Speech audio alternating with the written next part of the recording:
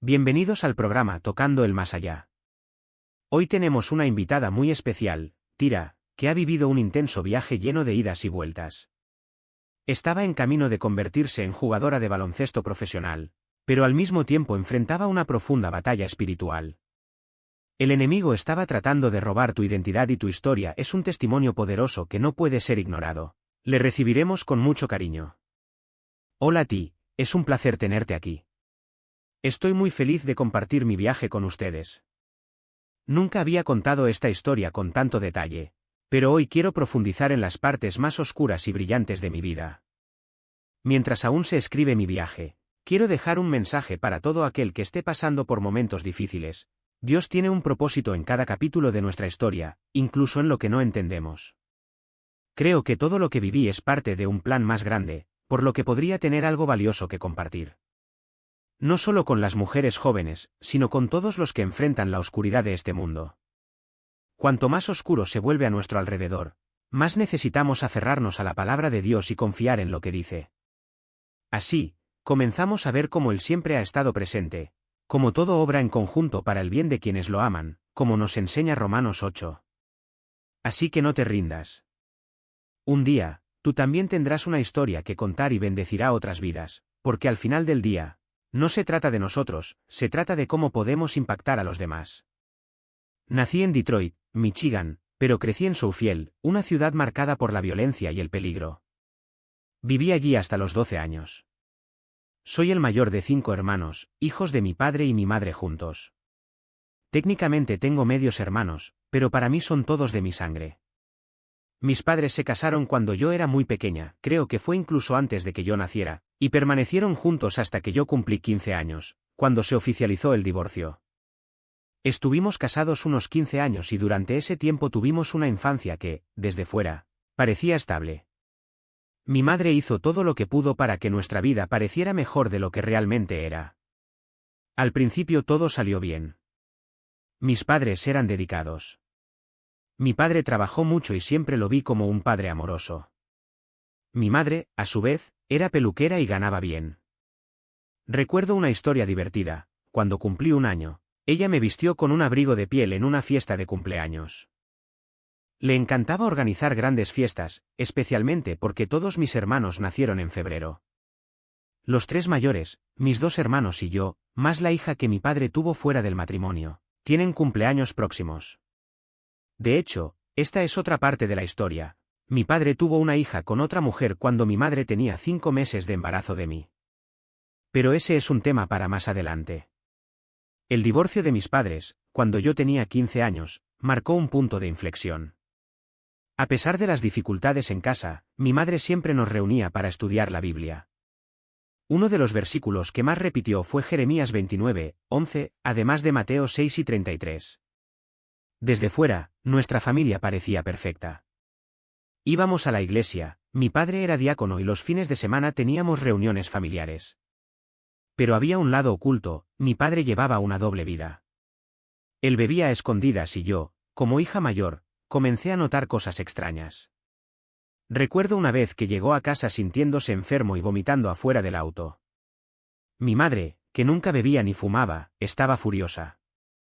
Pero nos dijeron que era una intoxicación alimentaria, que había comido demasiado. Situaciones como esta ocurrían con frecuencia y mi madre hizo todo lo que pudo para protegernos de estas escenas. Todo ello acabó contribuyendo al fin del matrimonio. Intentaron reconciliarse varias veces, separándose y volviendo a estar juntos, lo que nos dejó divididos. Mis hermanas y yo nos quedamos con mi madre, y mis hermanos con mi padre. Ahora te voy a contar cómo me convertí en una chica tan conectada con el deporte y el universo masculino. Creo que tenía unos 3 años cuando empezó todo. Mi padre asistía a una iglesia donde los padres llevaban a sus hijos a jugar baloncesto en un gimnasio cerca de su casa. No recuerdo exactamente dónde fue, pero recuerdo sentirme atraído por el deporte desde muy pequeño. Me encantaba ver los partidos y siempre quise acompañar a mi padre y a mis hermanos. Nunca quise quedarme con mi madre y mis hermanas, que eran mucho más jóvenes. Durante años fui la única niña de la familia hasta que nació mi 4ª hermana. Mis 2 hermanas menores tienen 2 años de diferencia, pero yo soy 7 años mayor que la menor. Esta diferencia de edad me hizo sentir más cerca de mis hermanos. Mi madre, sin embargo, tenía otros planes para mí. Ella insistió en que no debería jugar baloncesto porque, dijo, me harían menos femenina. Esa fue la verdadera razón. Entonces, me obligué a tomar clases de modelo, gimnasia, patinaje artístico, ballet, todo lo que debería gustarle a una chica. Empecé a animar, pero odié cada minuto. Odiaba esas actividades. Lo que realmente amaba era moverme, correr, competir. Siempre me sentí fuera de lugar con las otras chicas. No pude explicarlo en ese momento, pero algo dentro de mí me decía que ese no era mi lugar. No pude conectarme con las chicas. Nunca lo logré, siempre fue más brutal. Mi madre me llevó a arreglarme las uñas y cuando tenía como 9 o 10 años me llevó al salón a que me las pintaran. Pero se me rompió todo. Jugaba al fútbol con mi hermano en el patio trasero, sin protección, simplemente corriendo y moliendo. Siempre he sido muy activa, muy agitada. Y poco a poco empecé a preferir la ropa de niño. Al principio era inocente, solo quería sentirme cómoda, jugar afuera, correr con los niños. Estuve con ellos todo el tiempo, haciendo lo que ellos hacían, pelear, boxear con guantes, ensuciarse. Recuerdo que a lo largo de los años mi madre siempre decía, no puedes ser gay. No quiero que seas gay, así que no jugarás baloncesto. Y no entendí. No sabía lo que era ser gay. Para mí, era solo una palabra suspendida en el aire, sin sentido. ¿Qué tiene esto que ver con jugar baloncesto? Pensé. Pero esas palabras seguían resonando en mi cabeza, creando una ira silenciosa en mi interior. Con el tiempo, me di cuenta de que era resentimiento. Algo que solo entendí mucho después, cuando nuestra relación ya era tensa desde hacía años. Pero en aquel entonces, todo lo que sabía era que mi corazón latía más rápido cuando corría, cuando luchaba con una pelota, cuando sentía que sudaba después de un juego. Y mi madre, sin quererlo, me decía que estaba mal. Mientras tanto, mis padres vivían en guerra. Era 2007, 2008 y las peleas solo empeoraron. Recuerdo escenas que todavía se me quedan grabadas en la cabeza hasta el día de hoy, mi madre arrojándole objetos, planchas, platos, cualquier cosa que estuviera a su alcance, a mi padre. Me acurruqué en un rincón, tratando de no escuchar los gritos, tratando de entender por qué todo se estaba desmoronando. Se separaron definitivamente y mi mamá decidió que iríamos a Las Vegas. Cuando me lo dijo, lo primero que me vino a la mente fue, ¿esa ciudad oscura? Porque en la mente de mi hijo, Las Vegas era exactamente lo que yo veía en las postales, luces intermitentes, casinos, un lugar donde la gente hacía cosas que la Biblia condenaba. Y yo había sido criado en la iglesia. Desde pequeña iba 3 veces por semana. Memorizaba los 10 mandamientos y rezaba el Padre Nuestro antes de dormir.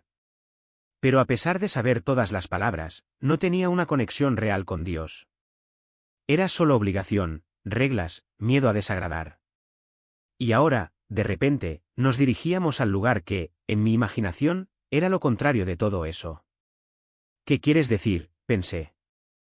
Mi madre siempre hablaba del pecado, de la pureza, y ahora vamos a la ciudad del pecado. No tenía sentido. Pero no tenía sentido preguntar. Mi madre ya había tomado la decisión. Antes de mudarnos, pasé un verano en Carolina del Norte, en casa de mis padrinos. Fue allí donde comencé a rebelarme. Tenía como 12 años, pero ya me sentía perdida, cansada de todo.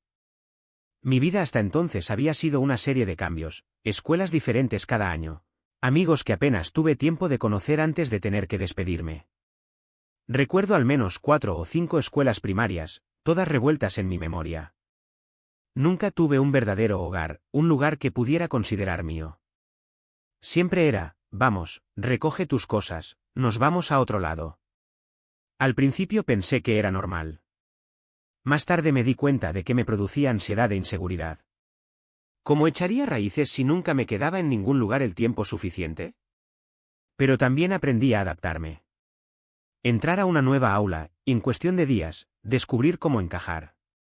Observar a las personas, comprender su dinámica, encontrar mi espacio. Quizás fue lo único bueno de toda esa inestabilidad. Cuando mi mamá me dijo que íbamos a Las Vegas para siempre, me asusté. ¿Qué pasa con mi padre? ¿Qué pasa con mis amigos? ¿Qué pasa con la escuela? Ella simplemente respondió que era lo mejor para nosotros. No tuve la oportunidad de despedirme de nadie. En mi cabeza, era abandono. Me sentí traicionada, como si me hubieran arrancado un pedazo de mí sin previo aviso. Y lo peor, no sabía si algún día volvería. El viaje fue largo, 3 días en coche, parando en gasolineras y durmiendo en hoteles baratos. Vinieron mi tía y mis primos y mi mamá publicó actualizaciones en Facebook, como si fuera una aventura. Estamos en camino hacia una nueva vida, ella estaba escribiendo. Pero lo único en lo que podía pensar era en lo que estaba dejando atrás. En mi padre, que ahora estaría solo. En amigos que nunca volvería a ver. La sensación de que, una vez más, mi vida la estaban decidiendo otras personas. Cuando paramos en Carolina del Sur para visitar a mi tía, traté de calmarme. Tal vez no sea tan malo, pensé. Tal vez Las Vegas sea diferente de lo que imagino. Pero en el fondo sabía que nada volvería a ser igual que antes. Y por primera vez comencé a sentir algo nuevo, una ira profunda que ardía por dentro. No se trataba solo del cambio. Fue por todo, las peleas de mis padres, las reglas de mi madre, la sensación de que nunca tuve control sobre nada. Fue como si de repente hubiera despertado al hecho de que mi vida no era mía. Y eso dolía más que cualquier patada de fútbol o una uña rota. Que mi primo y mi sobrino, de hecho, no era mi sobrino, era mi primo, tenían una diferencia de edad de unos 10 años. Él debía tener unos 2 años y ella unos 10 u 11. Y durante ese viaje, cada vez que paramos, alguien de la familia tenía que correr a un Walmart o a una Western Union, porque en ese momento no había transferencia de celular. Mi madre llevaba cientos de dólares en cada parada, y solo ahora, mirando hacia atrás, me doy cuenta de esto. Nunca faltó nada. Sin comida ni ropa, había preparado 2 juegos para cada uno de nosotros. Era como si, sin que nos diéramos cuenta, Dios se estuviera encargando de todo. E incluso con toda la ira que sentía, había una certeza en medio del caos, mi madre encontraría la manera. Entonces no tuve miedo.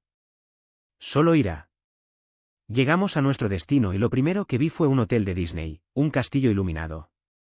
En ese momento fue como si una imagen quedara grabada en mi mente, vivir en un lugar así. Porque, antes de vivir en Las Vegas, solo podía ver oscuridad en la ciudad. Pensé que era un lugar oscuro. Pero allí, en nuestra primera parada, lo que apareció fue eso, un castillo brillante, lleno de luces, montañas rusas. Miré a Sam y dije, vaya, mira esto. Y fue como si Dios nos hubiera permitido ver, de inmediato, la belleza que allí tenía reservada para nosotros. Lo que vino después fue una época hermosa, pero antes de contarles cómo era vivir en Las Vegas, necesito hablar sobre cómo empezó todo con el baloncesto. 2 años antes de mudarnos, mi tío Benny, si está mirando, lo amo mucho, me vio jugar a la pelota y le dijo a mi mamá, hay algo diferente en la forma en que ella juega. ¿Ella tiene esto? Insistió tanto que mi madre acabó llamándome para hablar. La recuerdo sentándose frente a mí diciendo, desnúdate, nunca quise que jugaras baloncesto porque no quería que lo hicieras, ya sabes. Ella no quería que yo fuera gay, pero ese es un tema para otro momento. Pero no puedo ser la persona que te impida hacer lo que Dios ha puesto en tu corazón. Si eso es parte de tu propósito, entonces eso es lo que Él usará para lanzarte. No voy a interponerme en el camino. En ese momento, fue como si una corriente eléctrica recorriera todo mi cuerpo, desde las plantas de mis pies hasta el último mechón de cabello. Un gozo tan intenso que sentí como si el Espíritu Santo me llenara por primera vez después de vivir tanto tiempo en la oscuridad. Y no se trataba solo de baloncesto, sino del hecho de que la persona que pensé que no me apoyaba en realidad me estaba diciendo, ve. Dios lo hará por ti. Mi madre siempre ha sido mi mayor apoyo, pero solo ahora entiendo su miedo. Pero en ese momento lo único que importaba era que ella estuviera de mi lado. Nunca había jugado un juego real en mi vida. Pero recuerdo que mi tío organizaba un campamento de baloncesto todos los veranos, Sanctuary. Era la época más esperada del año. Aparecían jugadores de la NBA, como Jalen Rose, y yo soñaba con esas zapatillas que lanzó. Trajo cajas y cajas y nos las dio gratis. Fue mágico. Pero lo que más destacó fue la primera vez que pisé la cancha de ese campamento. Fue como volver a casa. Dios puso un gozo en mi pecho que puedo volver a sentir ahora, con solo recordarlo. Y ahí fue donde todo cambió. Mi madre me había contado la noticia unas semanas antes, pero no recuerdo haber pensado en ello en ese momento. Solo sé que cuando comencé a jugar, algo se apoderó de mí. Hice cosas que nunca antes había entrenado, regateos entre las piernas, pases por detrás, tiros de 3 puntos. Y sonríe todo el tiempo. Fue pura diversión. Y pensé, esto es todo. Esto es lo que voy a hacer con mi vida. Recuerdo a mi padre y a mi madre mirándome. Mi madre lloraba, pero de manera feliz. Fue la primera vez que sentí que ella estaba orgullosa de mí. Y eso me llenó de una felicidad que quería conservar para siempre. Luego mi padre se acercó a mí y la gente seguía acercándose para elogiarlo. Hasta el día de hoy les cuenta a todos cómo jugué con los niños y los dejé en desgracia. Ese día debí anotar unos 30 puntos, tal vez más, porque apenas cometí errores. Mi padre se acercó y preguntó, ¿eso es todo lo que has estado ahorrando todo este tiempo? Y dije, sí, papá. Lo más increíble fue ver a la corte rodeada. Tenía otros partidos en marcha, pero todos se detuvieron a mirar. La gente venía de todos lados, atraída por lo que allí ocurría. Y pensé, Dios mío, fui hecho para esto. Fue un regalo. Porque no me había entrenado en nada de eso. Simplemente lo hizo, y lo hizo con tanta alegría que parecía que el juego fluía solo. Esa escena, ese sentimiento, nunca lo olvidaré. Fue como si, en ese momento, descubriera no solo lo que amaba hacer, sino también para quien nací. Cuando llegué a Las Vegas, todo cambió. Jugué en el mejor equipo de Michigan, el top 10 de DITA, y compartí cancha con compañeras que ahora están en la NAMBA. Muchos de ellos fueron a universidades de la División 1 y llegaron lejos. Por eso me dolió mucho dejar Michigan. Sentí que esta era mi oportunidad de brillar realmente. Jugué junto a atletas increíbles. Estaba en mi mejor momento y cada fin de semana era como llevar el espíritu de Michigan sobre mis hombros. Hice canastas decisivas y hoy, mirando hacia atrás, sé que no fue solo talento. Era algo más grande. No podría jugar así solo con mis propias fuerzas. Nunca antes había entrenado tanto, comencé cuando tenía 9 años, lo dejé en algún momento, pero regresé y nunca paré. Llevaba mucho tiempo jugando y la confianza que tenía era inquebrantable. En la Biblia se habla de tener la fe de un niño, y eso fue exactamente lo que sentí en la cancha. Cuando solté el balón no lo dudé. Si cometía un error, no pensaba en ello. Él simplemente siguió adelante. Era pura fe, sin miedo, y así veía el baloncesto, una energía que me conmovía. Pero cuando llegué a Las Vegas en 6º grado, todo se volvió incierto. Me pregunté, ¿cómo voy a seguir practicando el deporte que amo? A esa edad no podía participar en equipos oficiales, porque solo estaba permitido a partir del 7º año. Estaba devastada. Pensé que cuando finalmente pudiera regresar, tendría que demostrar mi valía nuevamente. La realidad, sin embargo, fue aún más dura. Llegamos a Las Vegas sin ningún lugar donde vivir. Primero nos quedamos en casa de una mujer, pero éramos demasiados y acabamos echados. Después vivimos todos en el coche de mi madre. Recuerdo haber pensado, Dios, este no puede ser tu plan. ¿Por qué nos trajiste aquí cuando teníamos un hogar y ahora nos quedamos sin nada? Ya estaba frustrada, siempre fui una buena chica, pero en ese momento la ira me pesaba como una piedra. En una de estas idas y venidas, mi madre fue a matricularnos en un colegio. Era West Middle School, en uno de los barrios más difíciles de Las Vegas. Llegamos allí en agosto de 2008, justo cuando empezaban las clases. Incluso antes de entrar, nos encontramos con una mujer en el camino. Nos detuvo y dijo, sus hijos son muy educados. Mi madre siempre nos enseñó a caminar de la mano en lugares públicos, cada uno con su pareja, porque éramos 5 hermanos y ella no quería que nos perdiéramos. Siempre recibíamos elogios por nuestra postura, cabello ordenado, ropa limpia, incluso cuando vivíamos en el auto. Llegamos a Las Vegas con solo 2 juegos de ropa, lavamos la ropa en el baño de Walmart, la colgamos en el auto para que se seque, nos lavamos los dientes y comimos con $1. Así sobrevivimos. Esa mujer, al vernos, rápidamente se dio cuenta de que West no era el lugar adecuado para nosotros. Esta escuela se encuentra en una zona difícil, dijo. Hay una nueva al otro lado de la ciudad, la escuela secundaria Escobedo. Acaba de abrir y necesita estudiantes. En ese momento todavía estábamos sin hogar, pero algo cambió. No recuerdo exactamente cuándo, pero Dios nos bendijo con un hogar. Un diácono de la iglesia a la que asistía mi tío tenía una casa de 5 habitaciones, un milagro, considerando que éramos 5. Nos dejó vivir allí gratis. Fue uno de esos momentos en los que la divina providencia se hizo clara. Pero antes de eso, todavía pasamos algún tiempo sin hogar. Cuando la mujer nos recomendó a Escobedo, mi madre aceptó la sugerencia. Allí tomamos el autobús, nos inscribimos y empezamos las clases. Mientras tanto, vivíamos en hoteles, intentando reorganizarnos. Aún con todo esto, mi madre nunca dejó de llevarnos a entrenar. Todos los días, a las 3 de la mañana, nos despertaba para ir al Inca. Llegamos a las 4:30 de la madrugada, nadamos durante 1 hora y luego fuimos a la cancha, donde jugamos y practicamos tiro durante 1 hora más. Nunca recuerdo haber sufrido esto, solo ahora, hablando con mi madre, entendí la magnitud del sacrificio que hizo. Era madre soltera, criaba a 5 hijos y tenía 2 o 3 trabajos al mismo tiempo. La admiro mucho. Sobre mi padre, no entraré en muchos detalles, pero el divorcio se produjo por infidelidad. Tuvo otros hijos después de mí y la infidelidad siempre estuvo presente. Nunca recuerdo un momento en el que no estuviera engañando a alguien. Mi madre hizo todo lo que pudo para protegernos de esto, para que no viéramos lo que estaba pasando. Pero la verdad es que el dolor de esa situación nos afectó a todos, de alguna manera.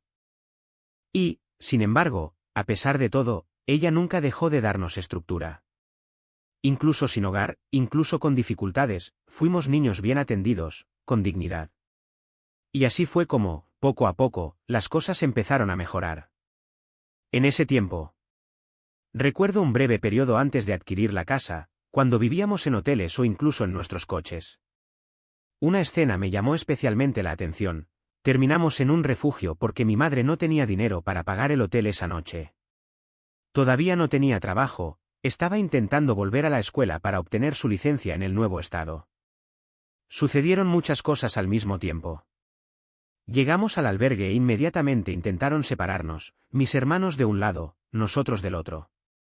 Después de registrarnos, alguien vino a recogernos. No quiero etiquetar a nadie, pero claramente estaba drogado, algo que llamábamos adicto al crack, en Michigan en ese momento. Se acercó a nuestra cama y trató de agarrar a mi hermano o algo nuestro. Mi madre actuó al instante, nunca la había visto moverse tan rápido. Nos agarró, no sé si se llevó todas nuestras cosas, pero saltó de la cama y salió corriendo. Después de ese día no volvimos a poner un pie en un refugio. Recuerdo cómo eso la sacudió. Tengo que protegerte, dijo. No podíamos quedarnos allí, donde intentaron llevarse a mi hermano o donde alguien invadió nuestro espacio. En el refugio dormíamos en literas y los 6 nos apiñábamos en una cama individual. Mi madre prefería eso a pasar la noche en el coche. Pero de alguna manera, Dios nos bendijo con una habitación de hotel entera esa misma noche. Al día siguiente comenzamos la escuela, era mi primer día de 7º grado. Esa habitación de hotel se convirtió en nuestro hogar durante mucho tiempo, casi todo mi 7º año. Recuerdo haber hecho una prueba para el equipo de baloncesto de la escuela. Fue entonces cuando las cosas empezaron a cambiar para mí. En ese momento, estaba enojado con Dios. Sentí que Él me mostró el lado bueno de Las Vegas solo para dejarnos en la calle sin nada para comer. Siempre quise una comida decente, porque mi madre cocinaba muy bien, pero no teníamos dónde preparar la comida. Terminamos comiendo McDonald's todas las noches o pizza en lugares baratos. Me cansé, me frustré. Pero mirando hacia atrás, veo lo bueno que fue Dios con nosotros. Hoy me arrepiento de no haber sido más agradecido entonces, porque Él nunca dejó de proveernos. Mi madre recibió asistencia alimentaria y nos llevó al mercado. Cada uno de nosotros podía elegir 5 elementos propios, que no teníamos que compartir con nadie. Las cosas empezaron a mejorar, incluso sin un hogar permanente. Teníamos una habitación de hotel decente, 3 de nosotros dormíamos en la habitación y los otros 3 en el sofá-cama. Los niños permanecían juntos y mis hermanas, que en ese momento tenían 5 y 7 años, dormían juntas. Fue durante este tiempo que hice una prueba para el equipo de baloncesto. El entrenador del colegio me vio jugar y quedó impresionado. Ella se acercó y preguntó, ¿quién te enseñó a tocar así? No entré en detalles, pero había tocado en Nueva York y en varios lugares con hombres adultos, por lo que mis habilidades eran mucho más avanzadas que las de otras chicas de mi edad. El baloncesto femenino todavía no era tan valorado, así que llamé la atención como una rareza. Hablaron con mi madre y me aceptaron de inmediato. Pero fue también en esta época cuando comenzaron las conversaciones sobre la homosexualidad. Para entender esta parte, necesito retroceder un poco en el tiempo. Muchas cosas de mi historia, si se cuentan fuera de orden, no tienen sentido. Así que volvamos a cuando tenía 6 años en Michigan. Íbamos juntos a la iglesia, 3 o 4 veces por semana, adoración, estudio bíblico, ministerio para niños. Nuestra iglesia era como una familia. Después de los servicios dominicales, todos los niños iban a nuestra casa, porque éramos 5 hermanos y teníamos juguetes, espacio, todo. Mi madre nunca nos dejó dormir afuera.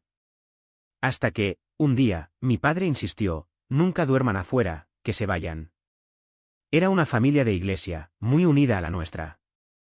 Jugábamos baloncesto juntos, pasábamos tiempo en su casa y ellos pasaban tiempo en la nuestra.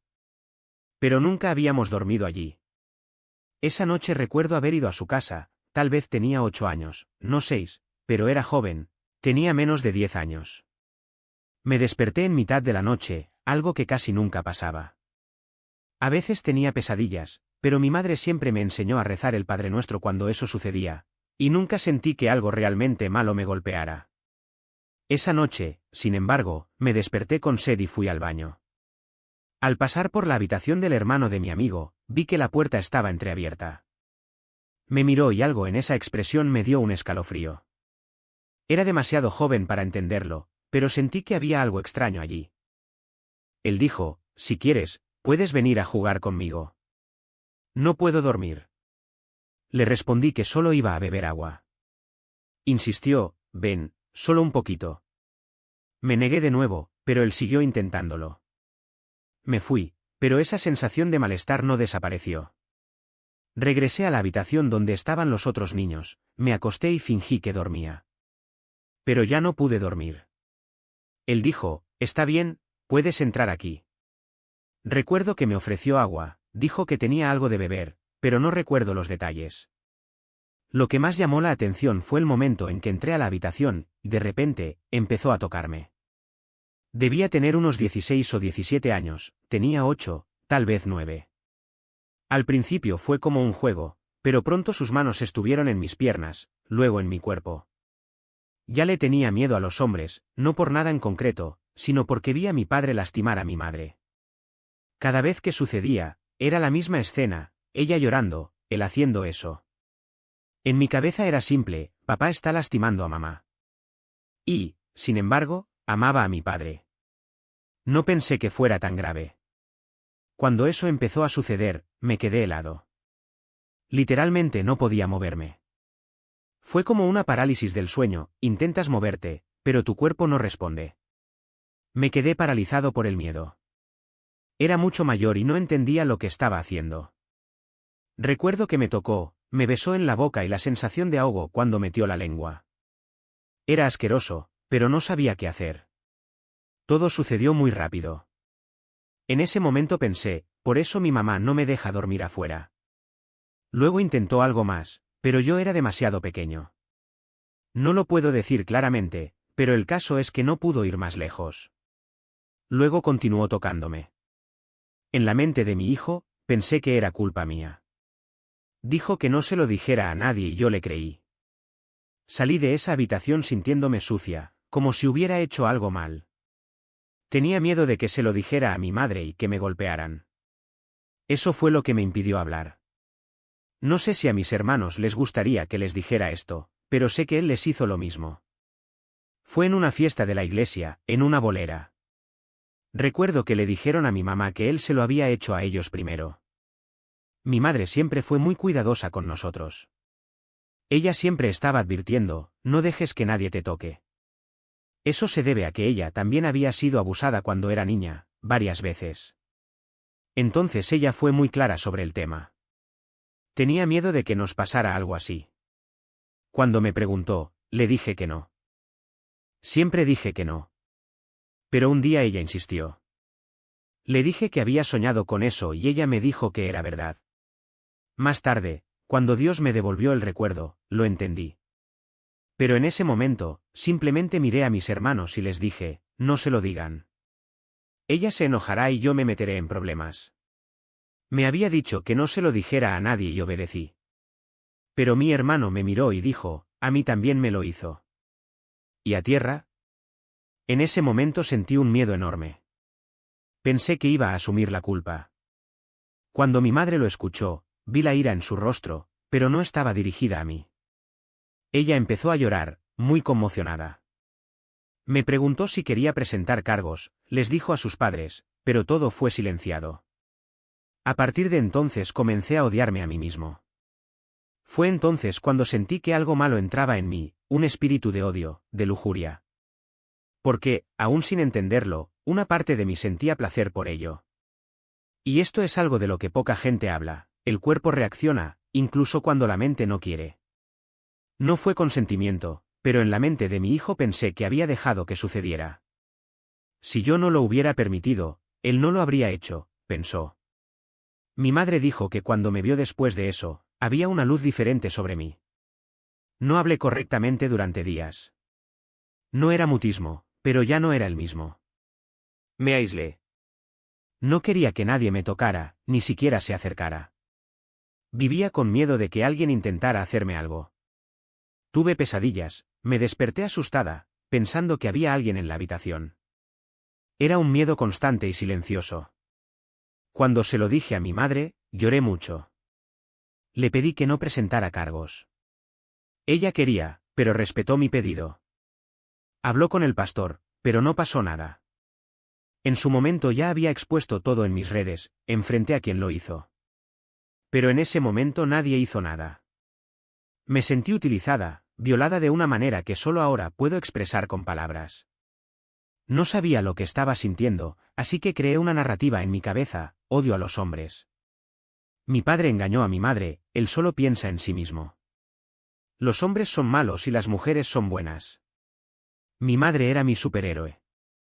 Años después regresé a Las Vegas. Empecé a jugar baloncesto en el equipo AU y conocí a algunas chicas.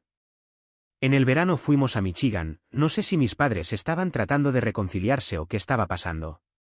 Pero mi entrenador me llamó para volver a jugar y terminé quedándome solo en Las Vegas. Era la primera vez que pasaba tanto tiempo lejos de mi madre.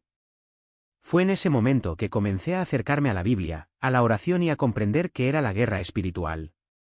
Mi madre siempre fue muy abierta sobre la sexualidad. Ella habló de todo, me hizo tomar conciencia de las cosas. Creo que por eso ya era consciente de que estaba mal, aunque no lo entendía del todo. Pero el miedo, la vergüenza y la culpa ya estaban arraigados. ¿Qué momento? Mi madre confirmó que sí, que yo era su hija, y el pastor volvió a mirarme, con una certeza que me puso la piel de gallina. Él dijo, te vi jugando baloncesto, pero no aquí. Te vi en un lugar mucho más grande, con multitudes mirando. Dios tiene un propósito para ti, y no es solo en los deportes. Esas palabras quedaron grabadas en mí. En ese momento no sabía qué hacer con eso. Era como si alguien hubiera encendido una luz en la oscuridad, pero todavía no podía ver el camino.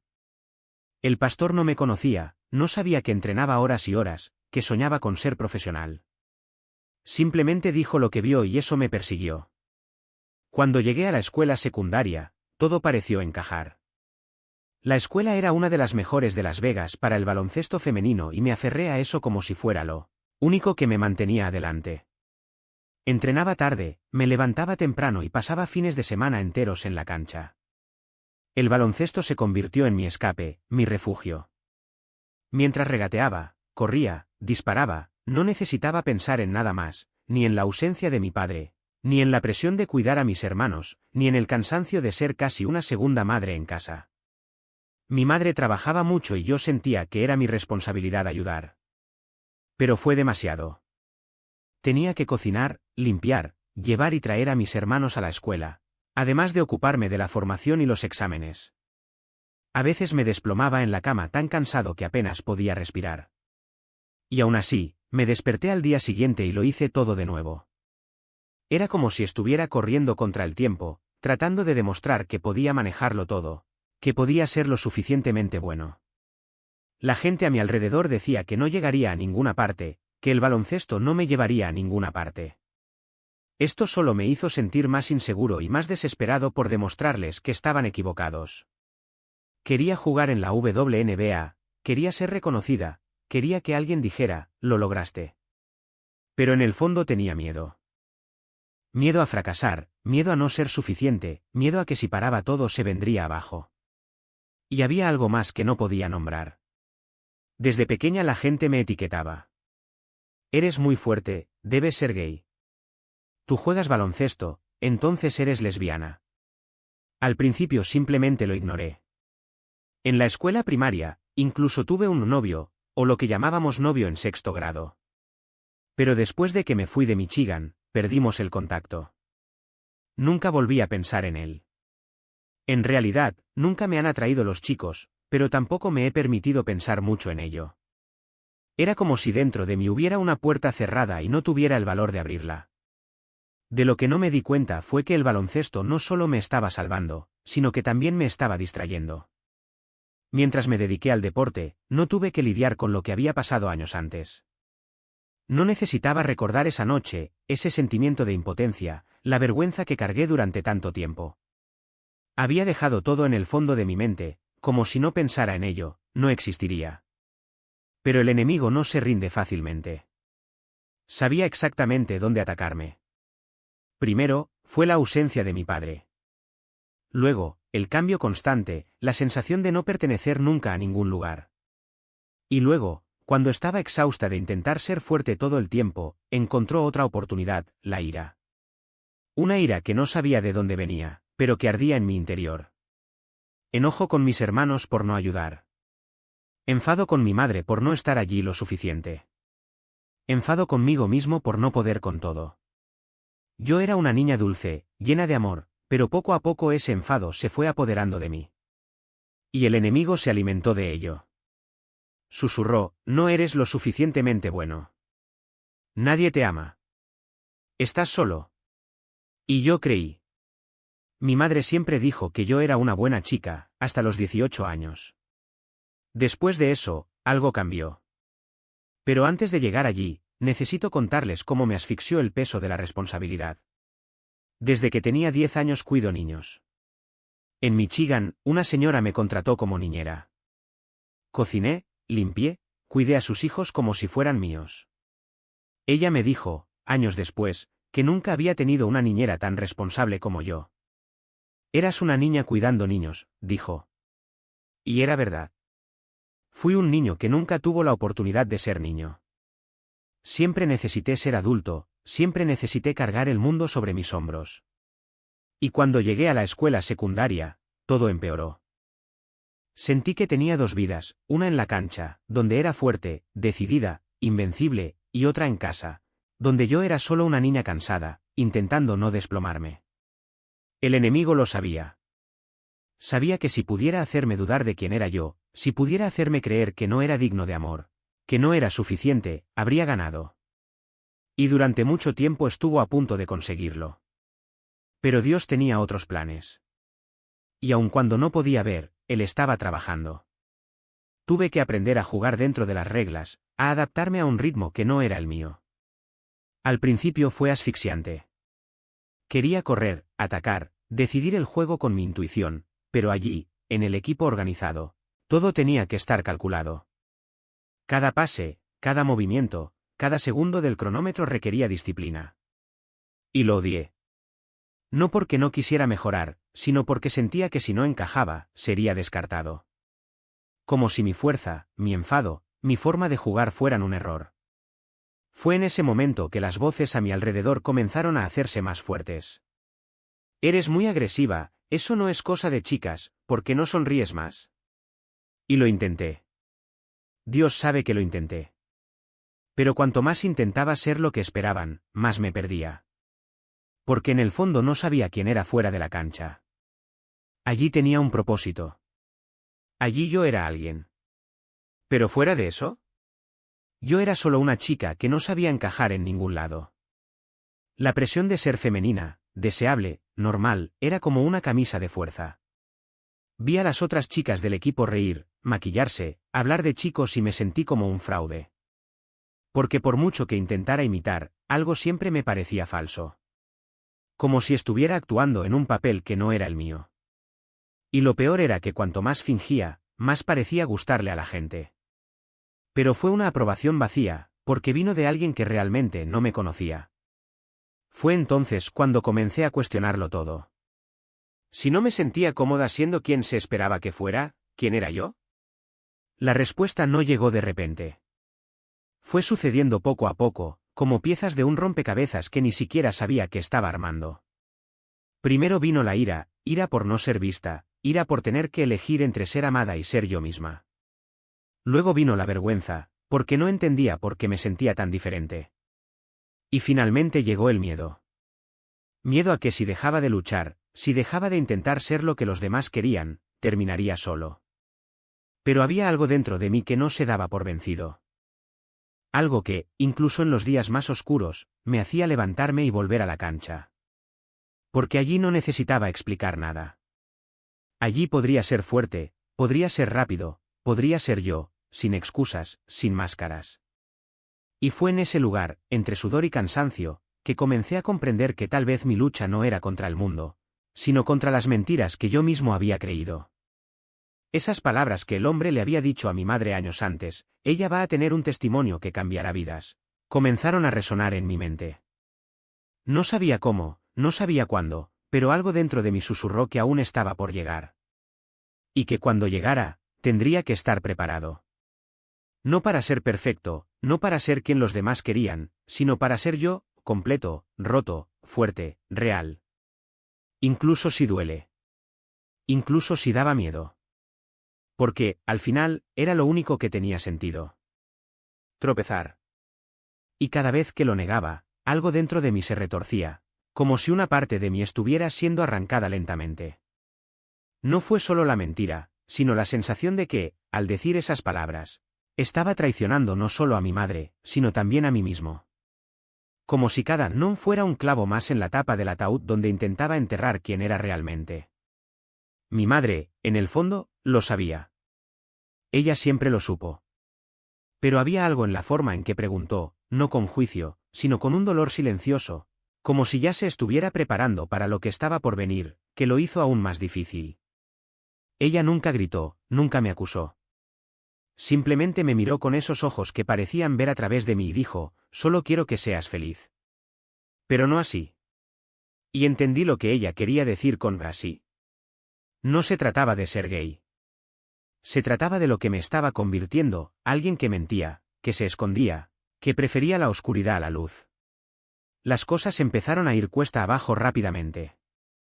Pasaba las noches fuera, inventando excusas, entrenamiento extra, trabajo en grupo, cualquier cosa que justificara mi ausencia. Mi novia de entonces vivía en otro barrio, y le mentí a mi madre diciéndole que estaba en casa de una amiga, cuando en realidad estaba con ella. A veces llegaba a casa temprano en la mañana, con el olor a cigarrillo y perfume barato pegado a mi ropa, y rezaba para que mi madre ya estuviera dormida. Pero ella nunca lo fue. Ella siempre me esperaba despierta, sentada en el sofá, con una taza de té frío en la mano y una mirada que decía más que cualquier palabra. Una noche ella me atrapó. No con pruebas, no con una confesión forzada, ella simplemente lo sabía. Acababa de regresar de una cita, mis labios aún estaban hinchados por los besos y ella estaba ahí, parada en la puerta de la cocina, observándome mientras intentaba pasar desapercibido. ¿Dónde estabas?, preguntó, y su voz no era enojada, solo cansada. Me quedé helado. No había ninguna excusa que funcionara. Así que por primera vez no lo negué. No dije nada. Simplemente miré hacia otro lado. Suspiró, como si ese silencio fuera la confirmación que no quería tener. ¿Crees que no veo?, dijo ella suavemente. ¿Crees que no me doy cuenta de cómo cambias cuando estás cerca de ella? ¿Cómo desapareces? ¿Cómo mientes? Quería gritar, quería decir que no era así, que estaba exagerando. Pero las palabras murieron en mi garganta. Porque en el fondo sabía que ella tenía razón. A partir de entonces las cosas empeoraron.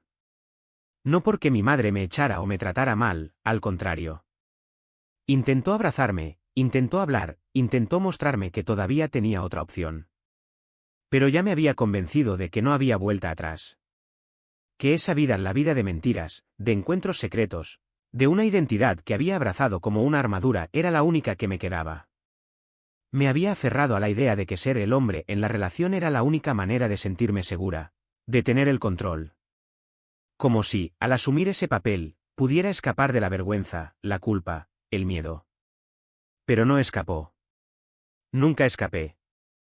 Porque no importa cuánto intenté convencerme de que esto era quien yo era, siempre había una voz dentro de mí, débil pero persistente, que susurraba, esto no está bien. Este no eres tú. Y cuanto más intentaba silenciar esa voz, más crecía, hasta convertirse en un grito que ya no podía ignorar. Delirante. Lo que alguna vez fue un intento de protegerme se convirtió en algo completamente diferente, falta de respeto, mala educación, pura rebelión. Fue entonces cuando el espíritu de rebelión se apoderó de mí. Mi entrenador de baloncesto incluso empezó a trabajar con mi madre. Fue en ese momento cuando empezaron a confiscarme el teléfono móvil. Ella me lo quitaría y se lo daría a mi hermana. Mensajes explícitos, fotos de chicas, cosas que ni siquiera sabía cómo responder. Siempre he sido sensible, pero en ese momento me sentí completamente perdida. Recuerdo entrar a los baños de mujeres y notar las miradas de duda, ¿es esta una mujer? Me afectó, me hizo cuestionarlo todo. Llegó un punto en el que comencé a pensar seriamente en la transición, pero eso es algo que detallaré más adelante. Lo que importa ahora es que las cosas han empeorado mucho. A los 18 ya estaba irreconocible. La rebelión ya no era una fase, era un estilo de vida. Y mirando hacia atrás, veo como mi rostro, mi postura, todo reflejaba esa oscuridad. Eran espíritus de mentira, de rebelión, de odio, una influencia demoníaca que me consumía. Mi corazón se endureció. Me sentí vacío, como si nada más importara. Recuerdo a una madre espiritual que me conocía bien. Ella me miraba a los ojos y decía, quítatelo, algo anda mal. Tus ojos están muy oscuros. Hoy mis ojos son de color marrón claro, pero en aquel entonces ella vio algo que yo no podía ver. Ella habló directamente a los espíritus y les ordenó que se fueran en el nombre de Jesús. Me reí de ella. Pensé que eso era ridículo. Cuando vi que soltaban a alguien y empezaba a reír incontrolablemente, pensé, cállate. Así reaccioné. Irrespetuoso, cruel, especialmente hacia mi madre. Si ella hubiera muerto entonces, no me habría importado. Ese era el nivel de frialdad que había alcanzado. La gente no tenía idea de lo que estaba pasando por dentro. Hoy, cuando veo amigos que no entienden por qué tomo a Dios tan en serio, les explico, es porque sé que ese no era yo. Miré a mi madre como si fuera un superhéroe, pero al mismo tiempo la traté con una grosería que me avergüenza hasta el día de hoy. Ya no digo malas palabras, pero en aquel entonces, las palabras que salían de mi boca hacia ella eran cortantes. Sabía que había algo dentro de mí que la odiaba. Y no era solo yo, eran los espíritus quienes la odiaban, porque ella era la única que oraba por mí, la única que luchaba contra ellos. Pero incluso en medio de toda esta oscuridad, Dios nunca me abandonó. Obtuve una beca completa para la universidad. Así fue como supe que Él todavía estaba conmigo, bendiciéndome incluso cuando estaba profundamente sumido en pecado. No había tocado fondo, todavía no. Las fotos que viste, en las que ya estaba más perdido, vinieron después. Antes de eso, tenía el pelo largo y rubio, y de hecho, me veía bien. Solo en el segundo año de la escuela secundaria, o más bien, de la universidad, las cosas realmente salieron mal. En mi último año de secundaria, los espíritus ya actuaban con fuerza, pero mi madre, con sus oraciones, no se dejaba dominar por completo. Ella luchó contra ellos, y mientras yo estuviera bajo su techo, no eran bienvenidos. Podría haber ido a la UNLV y quedarme en casa, Pero la relación entre nosotros dos era tan mala que solo quería distanciarme. Además, había un espíritu de comparación carcomiéndome por dentro. En mi opinión, mi madre fue más dura conmigo que con mi hermano. Él desapareció durante semanas, no respondió y cuando regresó, ella simplemente dijo que estaba castigado. Pero se fue de nuevo. Mientras tanto, me cobraron todo el tiempo. Hay que comportarse, hay que ser responsable. Estaba enojado por eso. Después de todo, me iba bien, jugaba baloncesto, tenía una beca. Pero todo giraba en torno a mi orgullo. Soy el mejor, puedo hacerlo solo. Cuando llegué a la universidad, me llevé esa arrogancia. Pensé que era la reina del lugar. Tengo una beca completa, mi mamá ni siquiera jugó baloncesto en la universidad, no puede decirme nada. Fue un ego inflado, un orgullo que me cegó. En el baloncesto mi madre siempre estuvo presente. Viajó horas para ver mis juegos. Pero en el primer año de universidad fui tan grosero e irrespetuoso con ella que simplemente dejó de ir.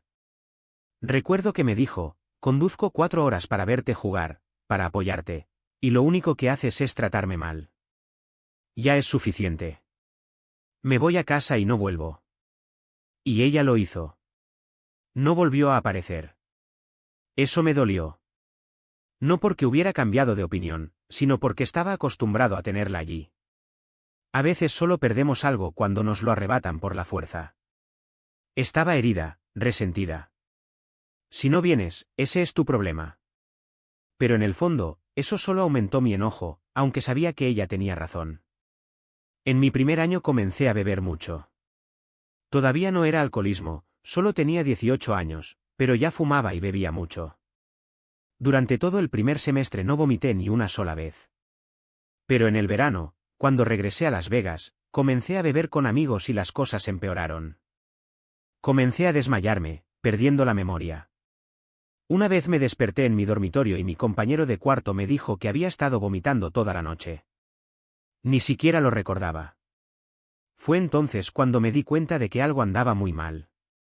Y luego vino el recuerdo de mi padre. El demonio generacional que me perseguía, repitiendo los mismos patrones. Esto solo lo entendí años después, cuando ya había madurado. Pero en ese momento yo estaba ciego. Ciego y perdido. Y estaba haciendo exactamente lo que más odiaba. Me convertí en lo que juré que nunca sería. No fue una elección consciente, el enemigo encontró una abertura y no dejó de hurgar en esa herida. Estaba fracasando en la universidad, luchando por mantenerme al día con las clases, pero aferrándome a la ilusión de que mi talento para el baloncesto me salvaría. Todavía estoy en el camino correcto, pensé. Soy reconocido a nivel nacional, me estoy esforzando mucho. Pero no era verdad. Simplemente trabajé duro para las cámaras, para las redes, para la imagen que quería vender. En el fondo, estaba completamente concentrado en mí mismo. No trabajaba en equipo, no tomaba decisiones inteligentes. Pero las consecuencias aún no me habían llegado. Y luego vino la música. O mejor dicho, la idea distorsionada que tenía de ella. Muchas de las letras que escuché romantizaban un estilo de vida que confundía con libertad, fiestas, relaciones abiertas, ostentación. Ah, así es como viven los chicos, pensé. Mucha gente les agrada, son libres y, aún así, son admirados. Yo también puedo hacerlo. Fue entonces cuando comencé a verme como esa chica, la que no tenía límites, la que no le importaba nada. Durante mi segundo año de universidad, bebí más de lo que había bebido en mi vida. Cuando tenía 18 o 19 años, estaba lleno de alcohol. Y para ser honesto, no recuerdo haber salido con ninguna chica en California, al menos no en realidad. Pero en Las Vegas sí. Fue allí donde me volví desvergonzado, publicando historias de nosotros dos besándonos, abrazándonos, sin ningún tipo de vergüenza. Recuerdo que mi mamá me llamó, ¿de verdad estás haciendo esto? Y yo, mintiendo descaradamente, oh, mamá, no es gran cosa. Si no lo hubiera publicado, ni siquiera lo sabrías. Pero ella lo sabía. Sus amigas la llamaron indignadas, tienes que hacer que tu hija quite esto. Estaba completamente perdido. Publiqué vídeos de nosotros dos envueltos en toallas, escenas íntimas en la ducha, cosas que, hoy en día, Ni siquiera casada compartiría. En ese momento pensé que eso era libertad. Era promiscuidad, incluso dentro de una relación. Engañé a mi novia con otras chicas o con chicos. No tenía respeto por nada, ni siquiera por mí mismo. Buscó atención a cualquier precio. Me registré en Tinder y hoy, mirando hacia atrás, veo cómo el enemigo usa estas plataformas.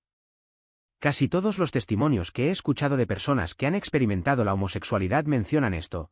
Las aplicaciones de citas son un terreno fértil para el engaño. El enemigo reúne a personas que se parecen, que tienen las mismas heridas, los mismos vacíos. Y cuando te paras a pensar en cómo funcionan los vínculos espirituales, esa conexión que se forma cuando hay intimidad física, da miedo. Cuando te acuestas con alguien, no solo te vinculas con esa persona, sino también con todas las personas con las que se ha acostado alguna vez. Si ella ha tenido relaciones con hombres, mujeres, personas trans, llevas todos esos espíritus. Imagínense cuántas entidades llevaba dentro de mí en ese momento. Mi madre intentó mostrarme esto una vez. Tenía una captura de pantalla de una foto mía en Halloween en mi segundo año en la universidad. ¿Ves ese espíritu en tus ojos?, preguntó ella. Tu cara está distorsionada. ¿No puedes ver? Miré y no vi nada. No tienes ojos para ver, dijo. ¿Quién eres? En ese momento yo tenía 2 hermanos y ella bromeó, tal vez tú seas el tercero. Me reí, pero por dentro me irritaba. No me importaba lo que ella dijera. Después de todo, escuché a la comunidad leptia y repetir, vive tu verdad. Nadie tiene derecho a juzgar. Y creía firmemente que mi madre tenía celos de mí. Que ella no aceptó mi éxito, mi beca completa, mi avance. Hoy sé que fue el enemigo quien dijo, tu madre está celosa porque no fue a la universidad y tú vas lejos. Nunca hubiera pensado en eso por mi cuenta. Mi madre había ido a la universidad, pero no había ido a la universidad. Ella era una mujer trabajadora, que crió sola a sus hijos, que hizo todo lo posible para que nosotros no pasáramos por las mismas dificultades que ella. Pero no vi nada de eso. En ese momento mi madre ya tenía el discernimiento espiritual para entender lo que me estaba pasando. Ella luchó en oración, día tras día. Pero no me di cuenta. Solo ahora, al escuchar lo que me dijo después, puedo verlo con claridad. Dios la usó de maneras que, en ese momento, yo no entendía. El pastor que profetizó acerca de mí no solo me habló a mí, sino que también le habló a ella. Porque mi madre albergaba un odio enfermizo hacia la homosexualidad, una homofobia muy arraigada. Y Dios comenzó a poner parejas homosexuales en su camino, nuestros inquilinos eran una pareja del mismo sexo, al igual que su mentor financiero. Personas que nunca habría conocido si no fuera por él. Y ella siempre dice que Dios trajo a esas personas a su vida para enseñarle a amarme. Porque en el fondo no sentía que ella me quisiera. Eso es lo que el enemigo me había estado susurrando al oído desde que tenía 9 años, cuando por primera vez sentí que estaba orgullosa de mí. Durante años creí que ella me odiaba. Por eso nunca fui honesto con ella. No confiaba en mi propia madre. Y si no confiaba en ella, ¿cómo podría confiar en Dios cuando intentó entrar en mi vida? No confiaba en nadie. Mis padres eran geniales, pero el enemigo plantó mentiras en mi mente y crecieron como maleza. Cada decepción, cada ausencia, fue más agua para regar esa semilla, tu madre no está porque no le importa. Pero la verdad es que ella estaba trabajando, asegurándose de que tuviéramos lo que necesitábamos e incluso lo que no necesitábamos. Pero lo vi como un abandono, tal como vi a mi padre. Y me llené de rabia. Ira contra el mundo, ira contra todos. Las únicas personas en las que confiaba eran mis entrenadores, e incluso ellos fueron duros conmigo. Me sentí sola, agotada. Recuerdo que en California estaba saliendo con una chica de Cleveland. La había convencido para que se mudara a Los Ángeles conmigo, hasta que, bueno, entiendes su estilo. La llevé a vivir a mi casa. Mi mamá me dijo que no era una buena idea, pero yo estaba decidida, no, básicamente la amo. Y eso es lo que hice. En ese momento mi madre siempre me mostró amor, pero sentí que ella odiaba esa situación. De hecho, lo que odiaba era el comportamiento, no a la persona en sí. Aún así, ella nunca dejó de apoyarme, me llamó, me preguntó cómo estaba, preocupada. Y yo, con un gran corazón, le di la bienvenida a esa niña a mi vida.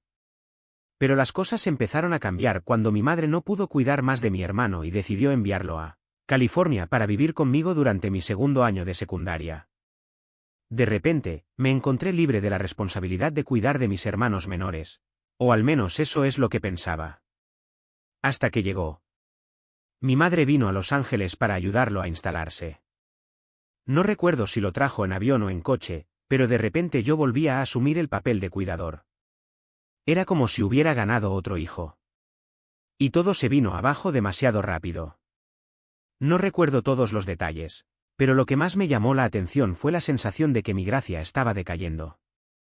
Aún así logré pasar el año, pero fue una lucha diaria. Cada día se sentía como un peso, una carga que llevaba sola. Hoy, al leer la Biblia, entiendo mejor lo que estaba sucediendo. En ese momento pensé que lo sabía, simplemente porque había crecido en la iglesia, pero en realidad no lo sabía. La Biblia habla de aquellos que llevan cargas pesadas y de cómo Dios ofrece descanso. Y la razón por la que me sentí tan abrumado fue precisamente porque intenté hacerlo todo solo. El enemigo siempre te hace creer que estás haciendo lo correcto, que tus acciones son prueba del amor de Dios. Distorsiona la realidad, estás ayudando a los demás, estás haciendo el bien, estás donando dinero, estás siendo una buena persona. Pero cuando te das cuenta de que no son tus acciones las que agradan a Dios, la Biblia dice que solo la fe le agrada, todo cambia. Las obras solas son como trapos de inmundicia a sus ojos. Puedes donar millones a la iglesia o a los necesitados, pero Dios te mira y dice: lo que quiero es tu arrepentimiento, tu corazón. Eso es todo lo que pido. Yo mismo cambiaré tus acciones. En ese momento mi historia aún estaba en proceso de escritura. Empecé a vestirme más masculino, a usar pantalones holgados y a presentarme de una manera que llamara la atención. Mírame en las revistas, ahora tengo un estilo holgado, podría decir alguien. Pero no fue solo eso. Me corté el pelo. Empezamos a entrenar en la piscina y uno de mis compañeros tenía un cortapelos en el baño. No sé dónde está hoy, pero si esta chica está mirando, se reirá. Recuerdo que entré a su baño y, mientras hacía mis necesidades, miraba los dispositivos de su padre. Casi al mismo tiempo, vi a una chica en Instagram, una chica abiertamente gay, y pensé que su estilo era increíble. Quería ser como ella. Vi el amor que recibí de hombres y mujeres, la atención, el reconocimiento. Y lo único que más deseaba era que me vieran. En el equipo de baloncesto siempre me elogiaban: eres increíble, siempre luce ese estilo. Entonces empecé a vestirme así, porque me di cuenta de que llamaba la atención. Todo giraba en torno a eso, hacerse notar. Durante años salí con mujeres, pero en mi segundo año de secundaria algo cambió. Empecé a llamar la atención sobre en quién me estaba convirtiendo y eso me hizo seguir adelante. No quería afeitarme todo el cabello, así que hice una encuesta en Instagram: ¿debo cortarlo o dejarlo rizos? La mayoría de la gente decía que lo mantuviera, pero yo quería ese look con el cabello recogido y la parte delantera rapada, un estilo que, en ese momento, pensé que era genial. Entonces, tomé la máquina del padre de mi colega y traté de hacerlo yo mismo. Y fue un desastre. Me afeité toda la parte delantera de la cabeza, desde el nacimiento del cabello hacia arriba. No sé cómo el resto permaneció en su lugar. Seguí cortando más y más, intentando conseguir el contorno correcto, hasta que de repente me detuve. Me miré al espejo y casi lloré. ¿Qué hice? Llamé a mi madre y le mostré el daño. La parte delantera de mi cabeza estaba completamente calva, mientras que el resto de mi cabello todavía colgaba, como si lo hubieran arrancado por la mitad. Le mentí durante años.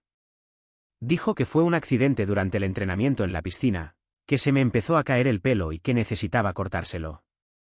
Pero la verdad era que no quería que se enojara, solo quería un corte de pelo. Mi madre, que era peluquera, probablemente ya lo sabía. Si está viendo esto, dirá: ya lo sabía. Pero el daño ya estaba hecho. Regresé a Las Vegas y ella tuvo que afeitarlo todo. Primero probó un mohawk, pero yo seguí jugando, así que al final se lo cortó todo. Y fue entonces cuando las cosas cambiaron para siempre. De repente, las chicas empezaron a acercarse a mí en masa. Mirando hacia atrás, me doy cuenta de que nunca tuve que perseguir a nadie, ellos siempre acudían a mí. Pero en ese momento, con su pelo corto y estilo más masculino, la atención aumentó. Empecé a fumar marihuana cuando tenía 21 años. Y fue entonces cuando me lancé de cabeza a un lugar aún más oscuro.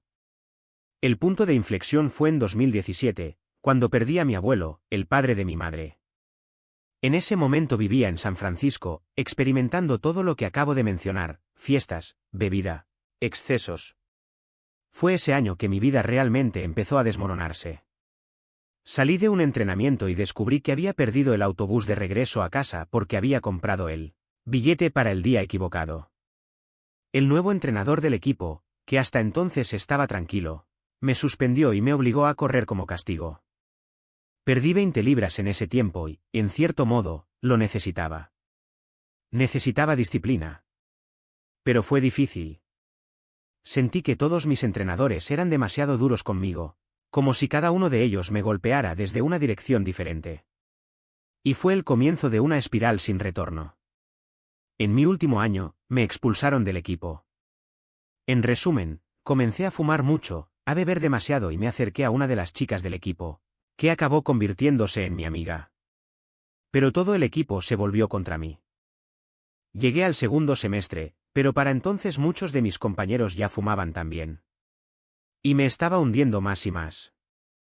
Empezamos a fumar juntos, y luego corrieron a decirle a mi entrenador que había hecho una fiesta en mi casa, cuando en realidad fueron ellos quienes me pidieron que organizara algo allí.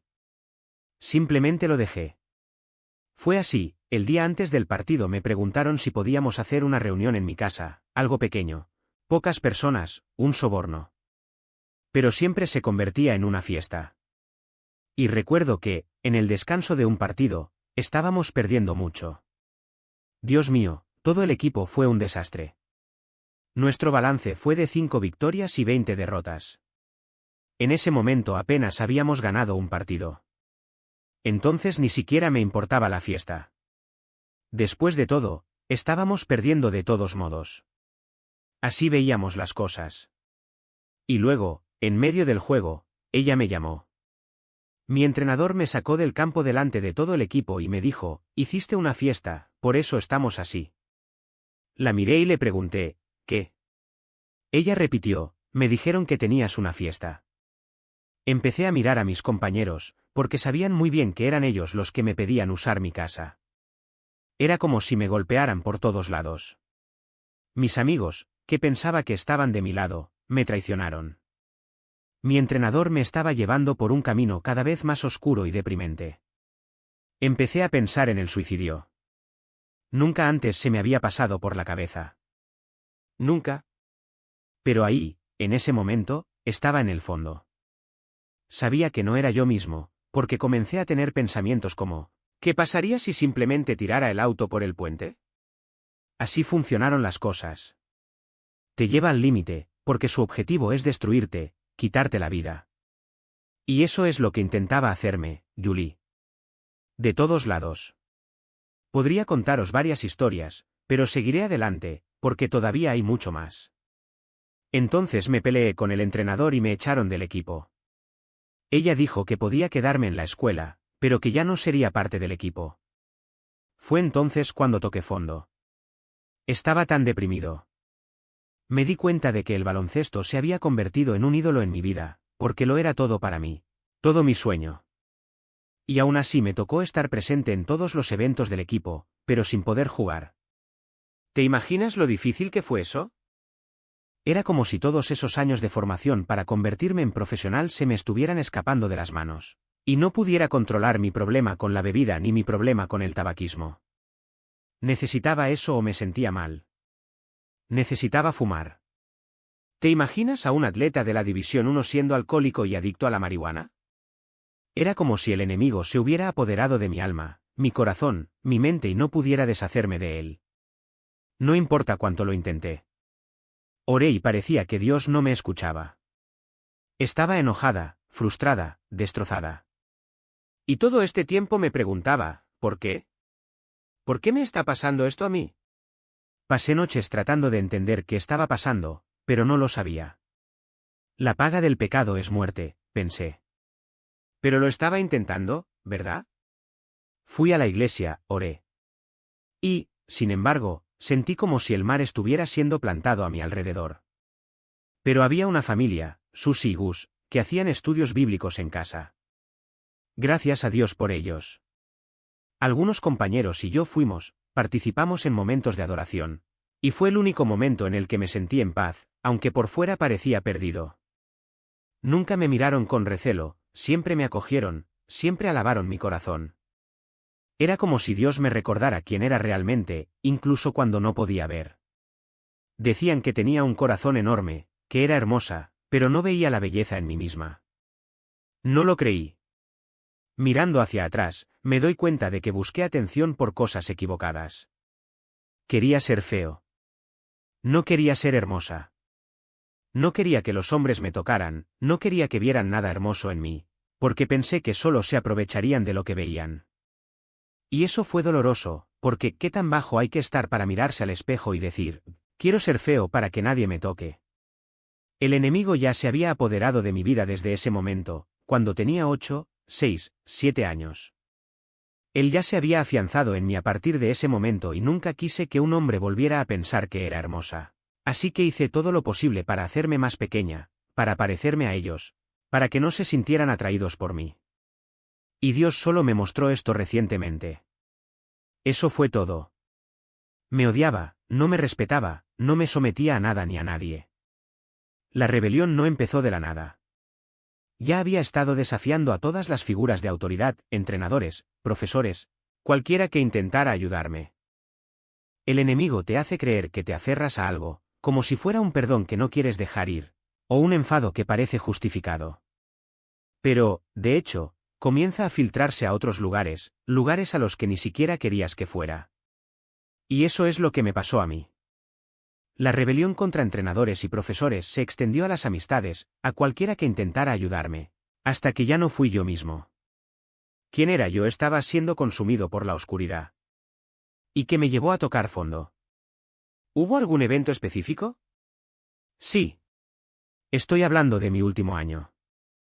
Estaba en una relación que no iba bien, ya me habían echado del equipo y creo que ese fue el principio de todo. Además, no tenía dinero.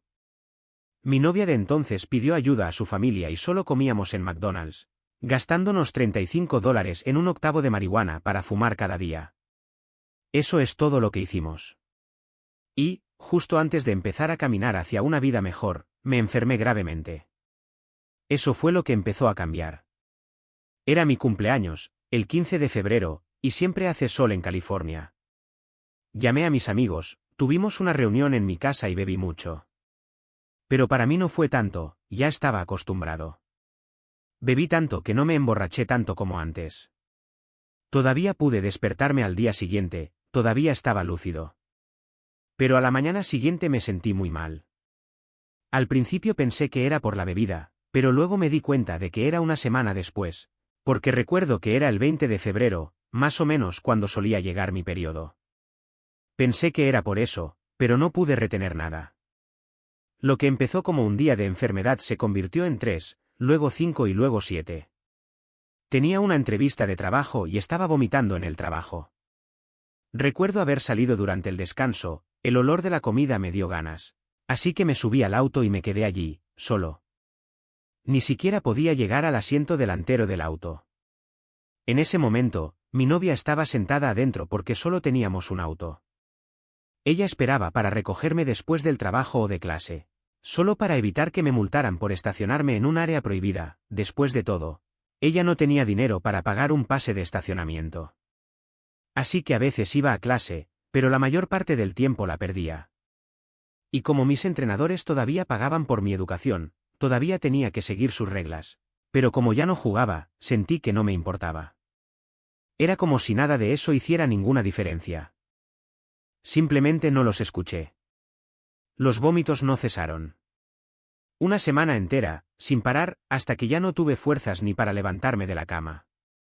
Empecé a darme cuenta de que algo más allá de lo físico estaba pasando, porque podía oler un olor horrible en el aire, como si algo estuviera podrido.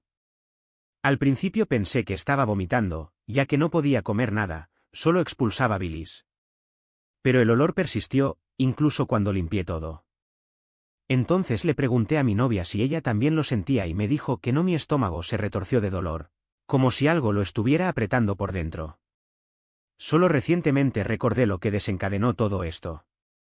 El día antes de que comenzaran las náuseas, me paré frente al espejo y dije, pensativo, con el corazón, Dios, estoy cansado de vivir así.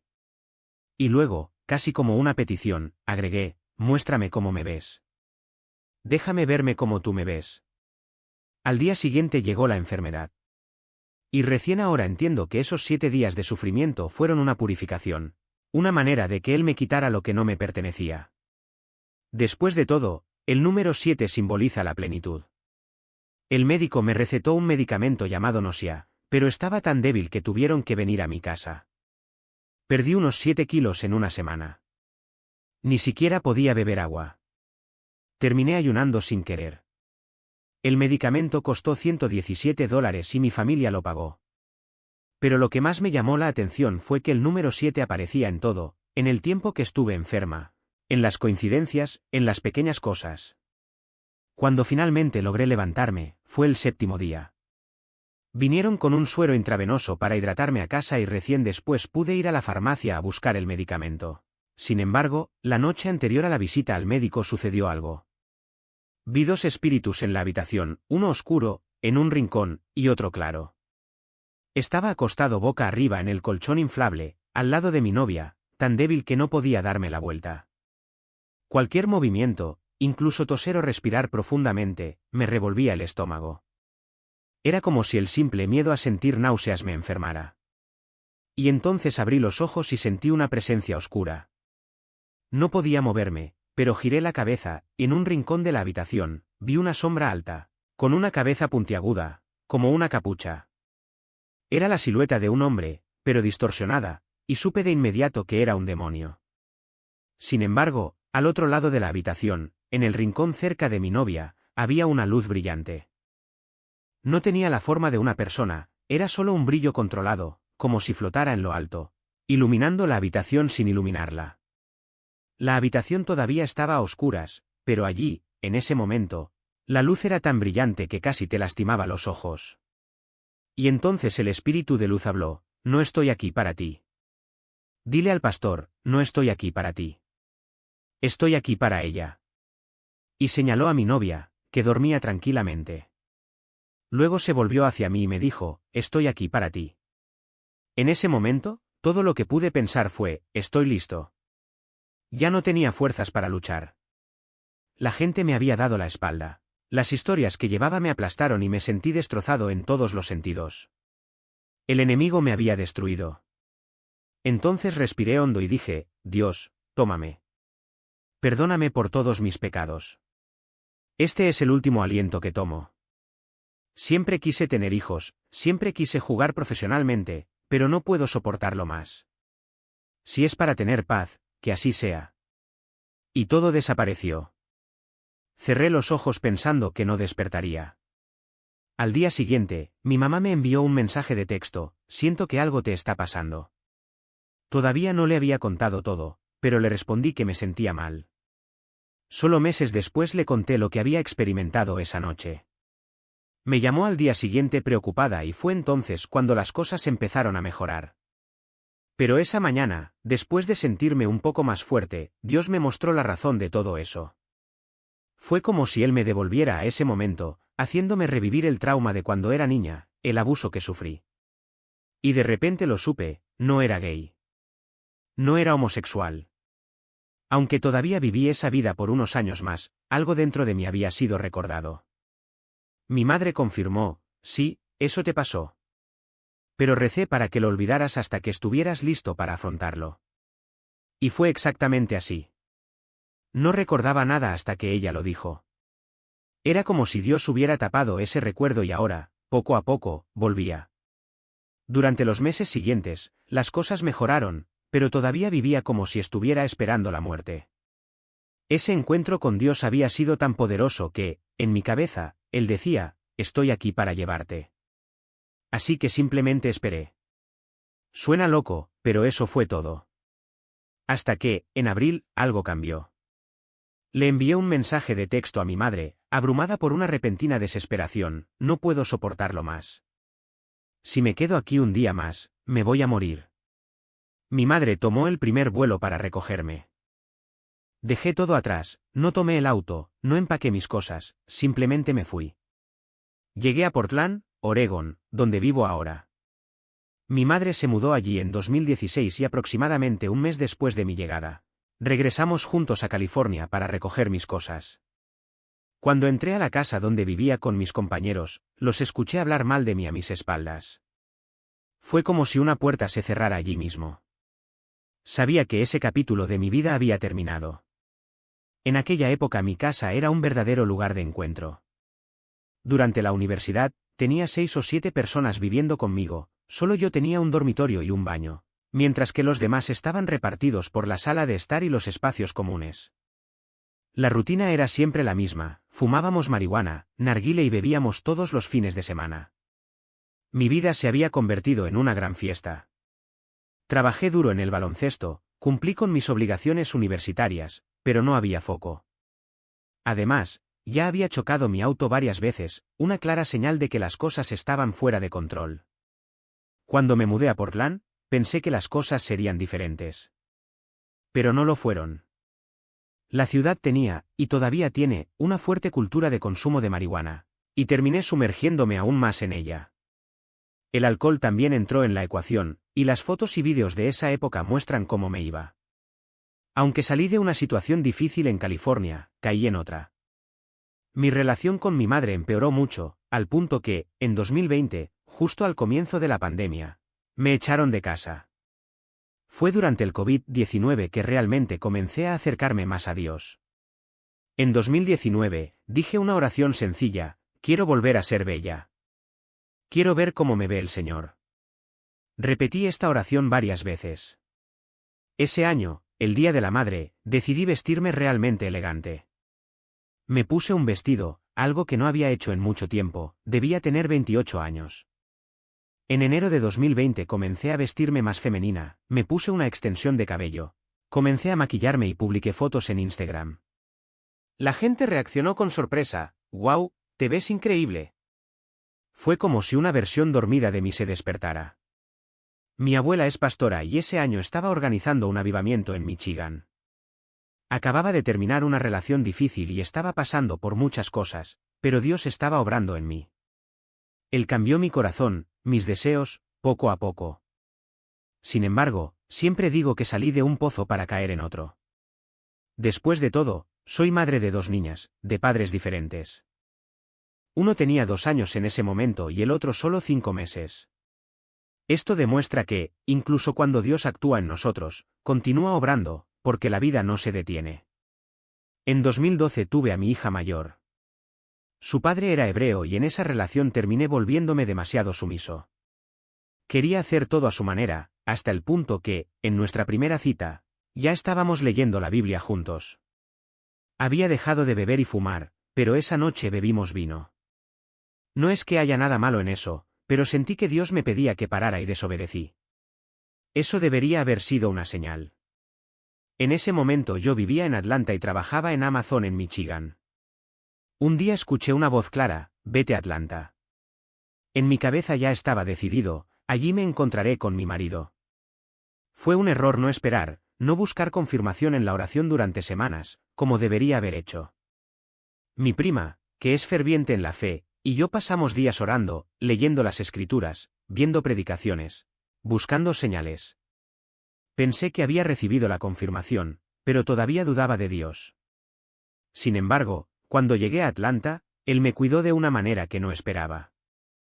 Llegué sin dinero, pero uno de los clientes de mi madre me acogió. Encontré una iglesia maravillosa. Fue como si Dios estuviera poniendo a prueba mi fe y pasé la prueba. Espiritualmente, estaba en un gran lugar. Recién había comenzado mi ministerio, publicando vídeos sobre lo que aprendí en la Biblia. La gente empezó a invertir en mí. Un hotel que costaba entre $175 y $200 la noche me dio la habitación gratis. Otros depositaron ofrendas en mi ministerio, enviando $500 porque Dios lo había puesto en sus corazones. Un día no sabía cómo iba a comer y al siguiente me desperté con $1000 en la factura. Otra mañana tenía 2000, sin saber de dónde habían salido. Salí de la ducha y encontré $3,450, $450 más que antes, sin explicación alguna. Alguien simplemente dijo que Dios había bendecido mi ministerio. Dios estaba realmente conmigo y lo sentí. Mi corazón estaba cambiando. Mis padres espirituales me guiaban y estaba experimentando una verdadera transformación. Pero luego vino una historia que ilustra cómo el enemigo no se rinde. La gente habla de monitorear espíritus y yo lo creo. En mi primer día en Atlanta, fui a una feria de empleo. En ese momento yo había iniciado un grupo de mujeres, una comunidad donde nos apoyábamos unas a otras en tiempos difíciles. Escuchamos sermones, compartimos versículos de la Biblia y nos fortalecimos juntos. Eran mis amigas de la secundaria, mi mejor amiga y otras chicas que, como yo, buscaban a Dios. Promocionamos todo en Instagram y ese día estábamos en una videollamada de FaceTime. Entré en una tienda de jambachus, pedí un batido, creo que era de chocolate, y me senté a esperar. Atlanta tiene una enorme comunidad LGBTI, y especialmente hombres homosexuales y bisexuales que viven en el armario. Estaba sentada, mirando mi teléfono, con los auriculares puestos, cuando algo me hizo mirar hacia arriba. Sobre la pantalla del teléfono, vi los pies de alguien que estaba haciendo cola esperando su pedido. De repente, esta persona empezó a acercarse a mí, como si tuviera un objetivo. Miré hacia arriba y vi a dónde iba. Después de todo, la salida estaba al otro lado. Entonces pensé, está bien, va a ir al baño, pero cuando miré hacia arriba, no había baño allí. No había nada más que una pared. Y entonces sus pies se detuvieron justo delante de mí.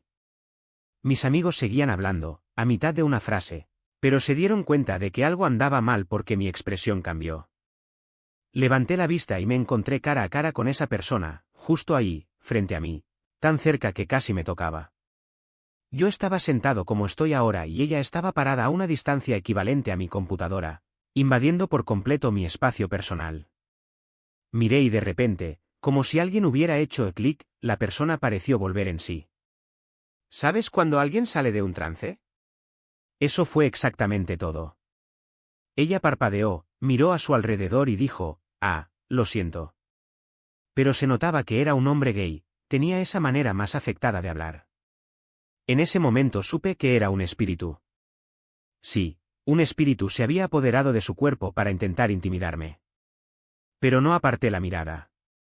Me quedé mirando, sin miedo, y en mi mente solo pensé, la sangre de Jesús. Fue como si algo lo liberara. Recuperó el sentido, se disculpó y se fue. La gente a su alrededor miraba confundida, sin entender lo que había sucedido. Cuando llegué al auto, se lo conté a mis amigos y ellos dijeron, «Wow», pero no creo que entendieran realmente lo que quería decir. Yo, sin embargo, lo sabía. Había visto en sus ojos el momento en que el espíritu lo abandonó.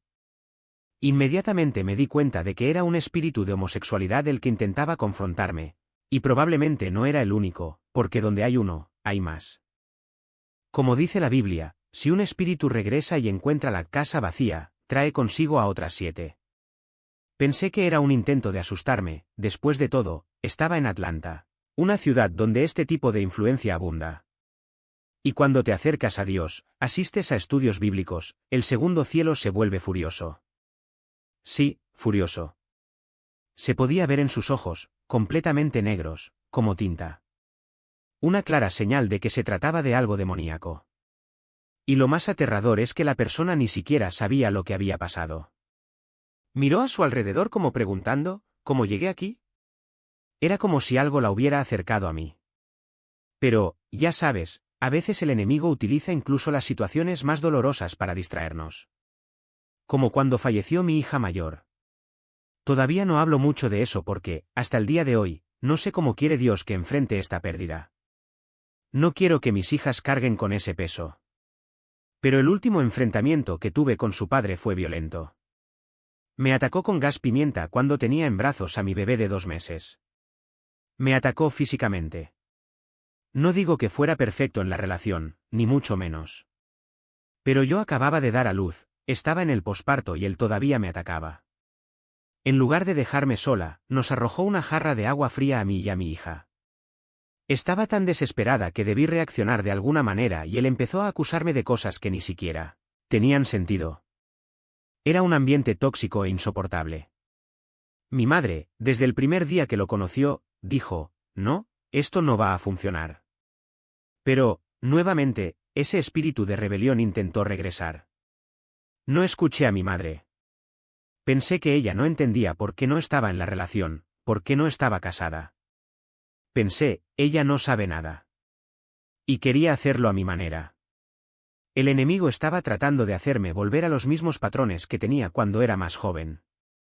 Incluso después de haber sido liberado de la homosexualidad y haber compartido mi testimonio, caí en un pecado tras otro porque no huí de la inmoralidad sexual. La Biblia dice que debemos huir de ello, no tratar de negociar. Es el único pecado que cometes contra tu propio cuerpo, y la orden es clara, no hables, no bromees, no intentes racionalizar. Porque como ser humano, fracasarás. Y eso es exactamente lo que pasó. Pasé de una relación a otra, cayendo en una espiral hacia un agujero aún más oscuro. Aunque estaba en un lugar mejor, aunque había crecido espiritualmente, todavía luchaba con muchas cosas porque, en el fondo, estaba jugando con ambos mundos. Cuando me comuniqué contigo y comencé a ver tus vídeos todos los días, algo cambió. Me bendijeron y me hicieron entender que mi testimonio es un camino. No es algo que se pueda resolver de una vez. Es un proceso. Y me encanta dónde estás porque lo entiendes. Cuando hiciste esa oración y Dios se reveló sobrenaturalmente en tu habitación, diciendo, no necesitas saber todo lo que va a pasar, pero yo estoy contigo, fue hermoso. Así es como funciona. La Biblia dice que si caes 7 veces, te levantas 8 veces. Lo que importa es tu disposición, tu corazón. Dios ve esto, está contigo y transformará tu vida en algo brillante, como un diamante. Me encanta dónde estás porque estás en proceso.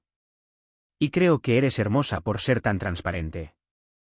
Dios ha sido increíble en mi vida, al punto que no tengo palabras para describirlo. Trajo gente que me ayudó a recuperarme. Cuando quedé embarazada de mi segunda hija, su padre no quiso tener nada que ver con eso. Hoy soy madre soltera de 2 niñas.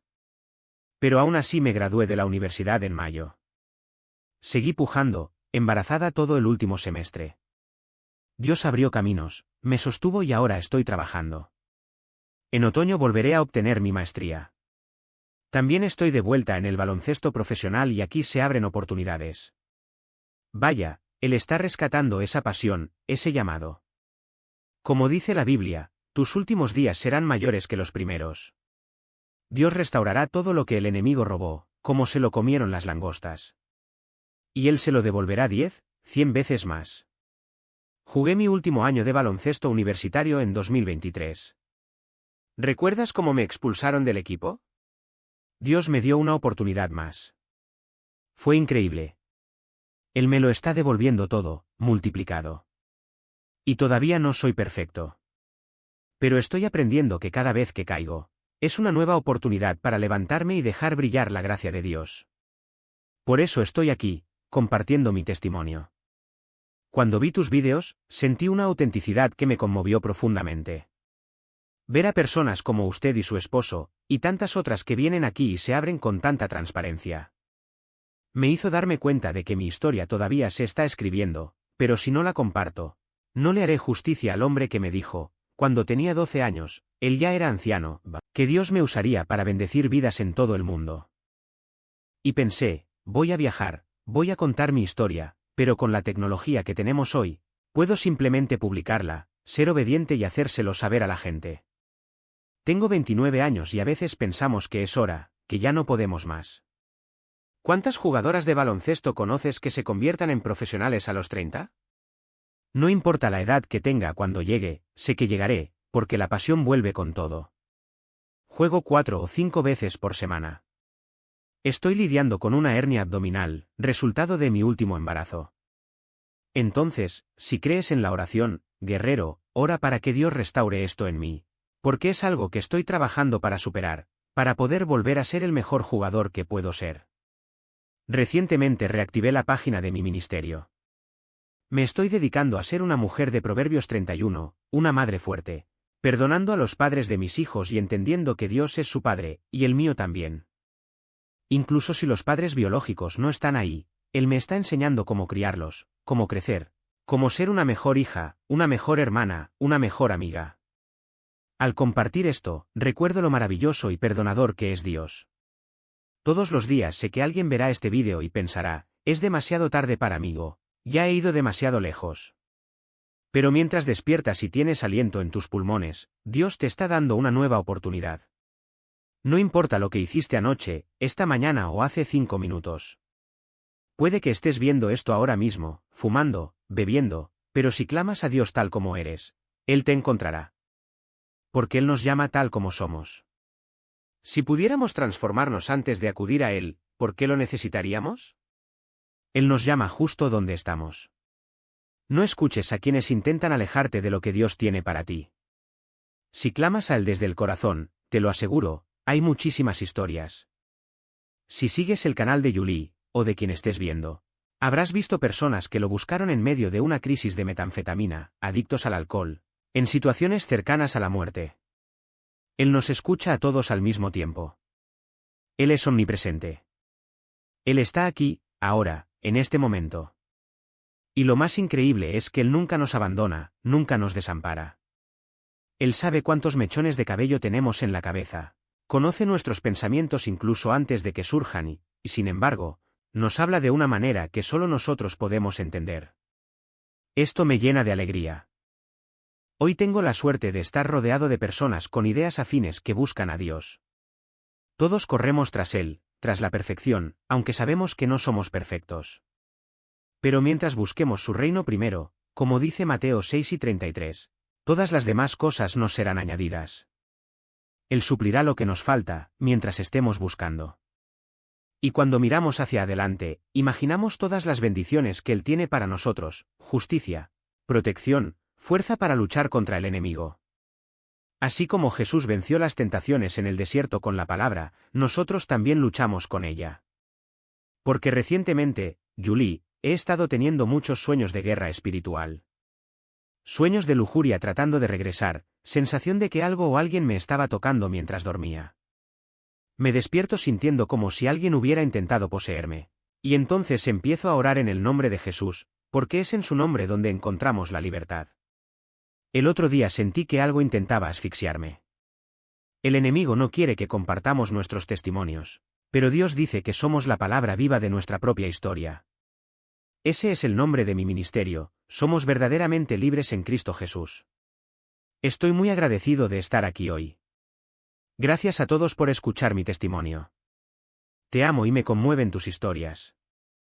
Solo quiero agregar una cosa más a lo que hablamos antes. Cuando vi esas fotos tuyas, en tu peor momento, vi la oscuridad en tus ojos. Pero también vi después la paz del Señor, exactamente lo que dices. Tienes un don natural para animar. Vi eso en ti. Y una de las cosas que te trajo aquí fue que alguien en la iglesia te dijera exactamente lo que necesitabas escuchar. Tú tienes este mismo don y lo usarás para bendecir a otros, como lo estás haciendo ahora con tu testimonio. Sabes, esto me recuerda algo que Dios me mostró. Como el mayor de mis hermanos, siempre sentí la responsabilidad de animarlos. Pasamos por muchas cosas juntos y siempre traté de decirle a la gente lo que yo quería escuchar, incluso si no lo estaba viviendo. Hoy entiendo que esto era parte de mi vocación. Por eso amo tanto a los niños. Se caen, se lastiman, se levantan y siguen adelante. No paran. Así quiero terminar hoy, con la fe de un niño. Dios nos llama a ser como ellos, a levantarnos, incluso cuando caemos, y seguir adelante sin rendirnos. Para cada persona que mira. Entonces, Padre, solo quiero agradecerte desde el fondo de mi corazón por este canal, por este medio que ha bendecido mi vida de manera tan profunda y que, a través de él, has usado a otras personas para bendecirme. Hoy oré para poder hacer lo mismo por los demás. Sé que hay mucho de mi historia que podría compartir, pero quería venir aquí hoy y simplemente hablar de lo que tú has puesto en mi corazón. Te doy gracias, Señor, por guiarme hoy. Por recordarme que necesitaba decir esto para bendecir a alguien que está luchando contra el síndrome de abandono, que es un niño o incluso alguien que está sufriendo abuso o explotación. Que sepan estas personas que mayor es el que está en nosotros que el que está en el mundo. Gracias Padre, por poner tu mano en este vídeo, por bendecir a Julián y a mi esposo, y por seguir haciendo espacio para que testimonios como este sean compartidos. Que esta página crezca cada vez más, y que sean bendecidos por lo que hacen por tu reino. Te doy gracias, Dios, porque a medida que el mundo se vuelve más oscuro, canales como este traen luz a tu palabra y tu nombre. Que la gente sepa que no existe ningún sabio, ningún hechizo ni ninguna de esas cosas que el mundo ofrece para curar. Nada puede sanarnos excepto tú, Padre. Tu nombre está sobre todo nombre. Cuando clamamos a ti, todo se detiene.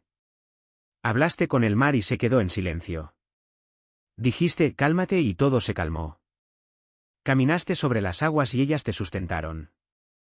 Te damos gracias porque sabemos que el mismo Espíritu que te levantó de entre los muertos vive en nosotros. Por lo tanto, podemos vencer las tentaciones y el miedo del enemigo. La Biblia dice en 2 Timoteo 1:7 que Dios no nos dio espíritu de temor, sino de poder, de amor y de dominio propio. Cuando sentimos que hemos perdido el control, que nos recuerdes que caminamos con el Rey de Reyes y el Señor de Señores.